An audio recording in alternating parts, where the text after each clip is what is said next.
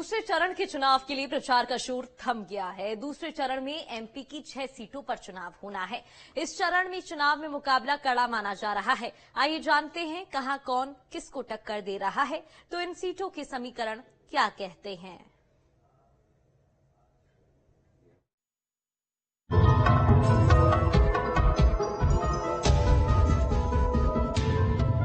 चौबीस के रण के दूसरे चरण का चुनावी शोर थम गया है। मध्य प्रदेश की 6 सीटों पर चुनाव होगा। दूसरे चरण में दमोह, टीकमगढ़, रीवा, सतना, खजुराहो, होशंगाबाद में चुनाव होगा।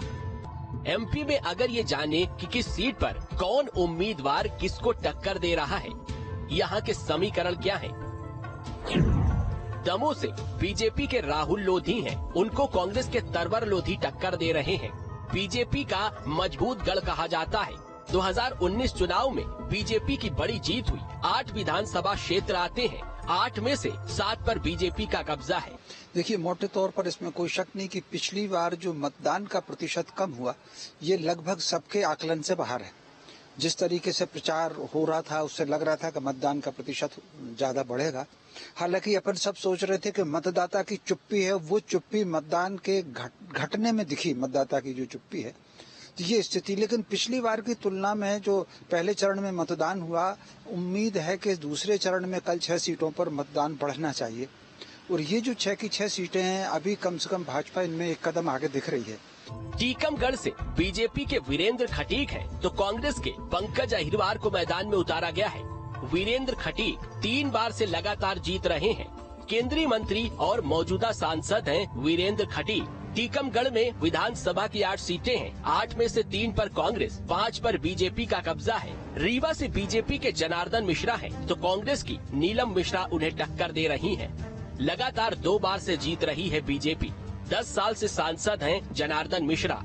25 साल से कांग्रेस को जीत का इंतजार है। 1999 में कांग्रेस के सुंदरलाल तिवारी जीते थे। शुरुआती दौर में कांग्रेस का प्रभाव था। रीवा में विधानसभा की 8 सीटें हैं, विधानसभा की 8 में से 7 पर बीजेपी, 1 पर कांग्रेस का कब्जा है। सतना से बीजेपी के गणेश सिंह हैं, तो कांग्रेस के सिद्धार्थ कुशवाहा चुनाव लड़ रहे हैं। विधानसभा चुनाव हार गए थे गणेश सिंह। मैहर चित्रकूट सतना की बड़ी पहचान है। 6 बार से लगातार बीजेपी की जीत हो रही है। सतना में विधानसभा की 7 सीटें हैं, विधानसभा की 7 में से 2 पर कांग्रेस, 5 पर बीजेपी का कब्जा है। कुल वोटरों की संख्या 16,85,050 है। वहीं खजुराहो से बीजेपी के वीडी शर्मा है, तो गठबंधन के समर्थित प्रत्याशी हैं आरबी प्रजापति। खजुराहो सीट में बीजेपी का वर्चस्व रहा है। 2004 से इस सीट पर बीजेपी का कब्जा है।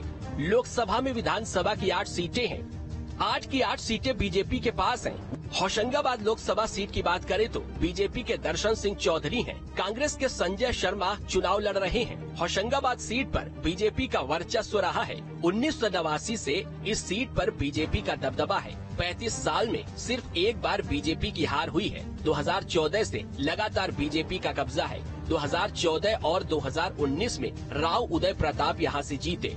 होशंगाबाद लोकसभा में विधानसभा की 8 सीटें हैं, 8 सीटों पर बीजेपी का कब्जा है।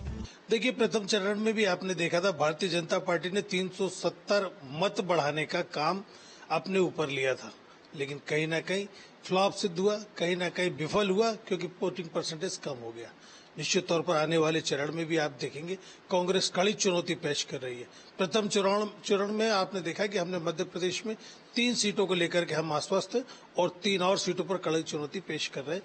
द्वितीय चरण में भी यही हाल होने वाला है। देखिए, भारतीय जनता पार्टी के केंद्रीय नेतृत्व से लेकर के बूथ तक के कार्यकर्ता ने अपनी मेहनत इन 6 सीटों पर की है और स्वाभाविक तौर पर जिस प्रकार का देश में एक उत्साह का वातावरण है, उससे हम पूरी तरीके से आशान्वित हैं। कल जनता अपना जनादेश, अपना मत, अपना अभिमत भारतीय जनता पार्टी के सकारात्मक विकासवादी और राष्ट्रवादी राजनीति को देगी।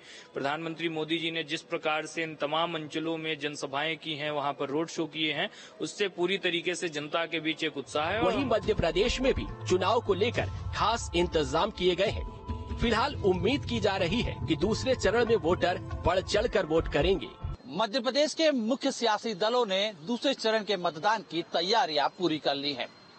रीवा, सतना, होशंगाबाद, खजुराहो सहित 6 लोकसभा सीटों पर दूसरे चरण का मतदान होना है।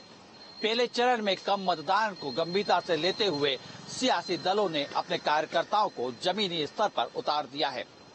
वहीं निर्वाचन आयोग भी पूरी ताकत के साथ दूसरे चरण में मतदान का प्रतिशत बढ़ाने में जुट गया है। विजय शुक्ला, अतुल शर्मा, न्यूज़ 8 मध्य प्रदेश, छत्तीसगढ़।